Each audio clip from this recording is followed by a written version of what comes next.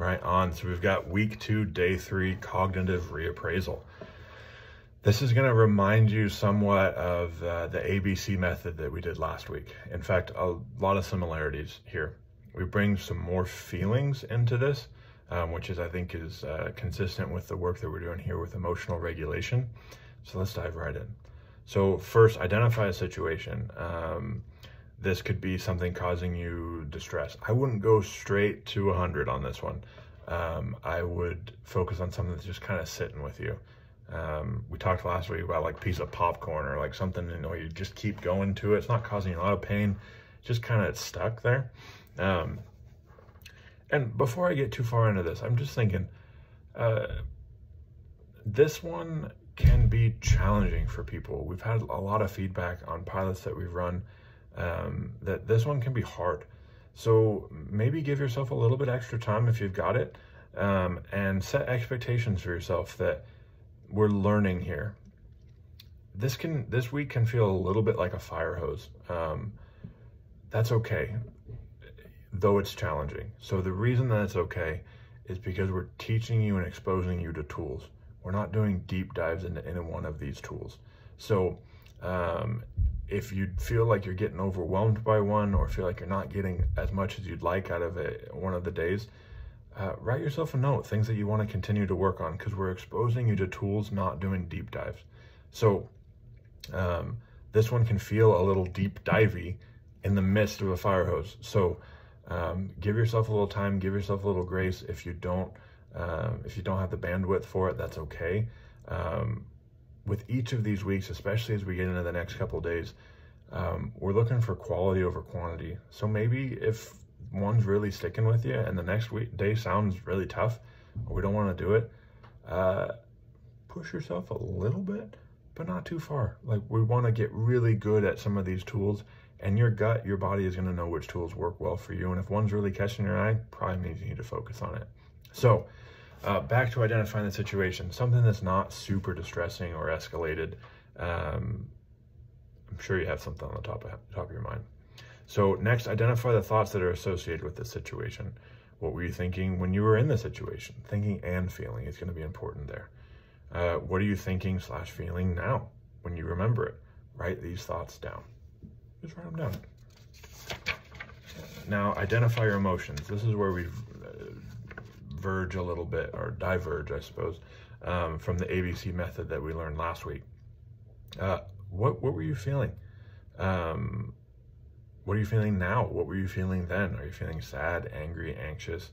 And then rate the intensity of the emotions on a scale of 1 to 10. 1 being not even a blip on the radar, 10 being overwhelming, distressing beyond words almost. Put a number to it. That really helps our minds wrap itself around what's going on for us. So challenge these thoughts. Now, like we did last week with the ABC method, we're not interrogating our thoughts. We're exposing them to different perspectives and seeing if they shift and change. Are there thoughts or feelings around this situation? Are they accurate? Is that the only way that we can interpret that situation? I think I used the analogy last week of your teenager or a teenager sitting at the table like, and then she did this, and then she did that, and I know that she meant this. Part of our adults, part of us being adults is like, well, sweetheart, honey, like, are you sure that's the only way it could have gone? That's the sort of tone that we want to have as we're challenging. Like, are you sure that that's the only thing it could have meant? Are you sure that's the only thing that took place? Are you sure that they were coming from that angle? So again, not interrogating, but with curiosity and with some compassion, but with a little bit of edge. Are you sure about that? Good way to approach this one. Now we kind of start to work with those questions. Are you sure about that? Turns into, yeah, okay, maybe it could have meant something a little differently. We're re-narrating the experience in this reframe. So we're reframing our thoughts, we're re-narrating our experience. Is there a little bit more balanced or positive way to think about this? It doesn't mean that we have to turn a negative situation into a positive one. We're not doing that kind of false positivity thing. But is there a little bit of space for us to have a perspective, have that, are you sure about that? Change our mind on what took place here.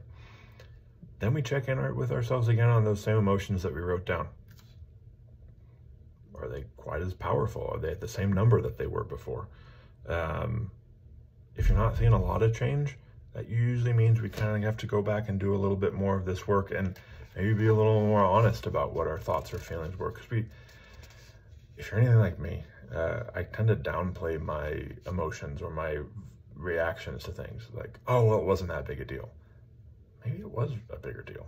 Maybe this thing really did mean a lot to you. And so usually if we're not seeing emotional change, it means that maybe off from the get, we're not being super open with ourselves about how distressing this situation was. I love this one. A lot of feedback on this one and ABC is that this is like one of the most powerful tools that we teach throughout the entire process. So you'll notice the video is a little longer on this one, and that's on purpose because I want to give you lots of structure, lots of ideas, and some examples on how to do this.